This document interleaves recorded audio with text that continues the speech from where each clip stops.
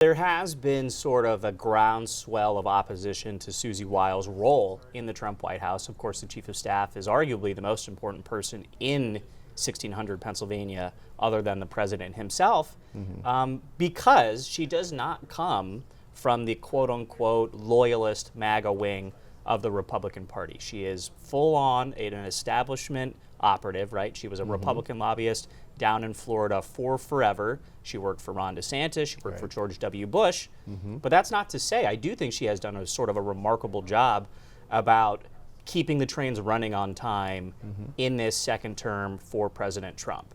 I think the fury that's popped up over the last several weeks has to do not necessarily with Susie Wiles' own performance, but instead sort of, a negative sentiment aimed at the president on any number of issues. It has to do with, one, the delayed release of the Epstein files. It has to do with the Republican losses in the November elections.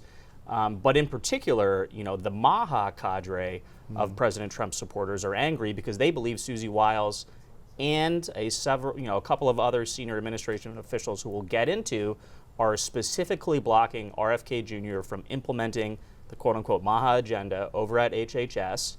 And they think she needs to go.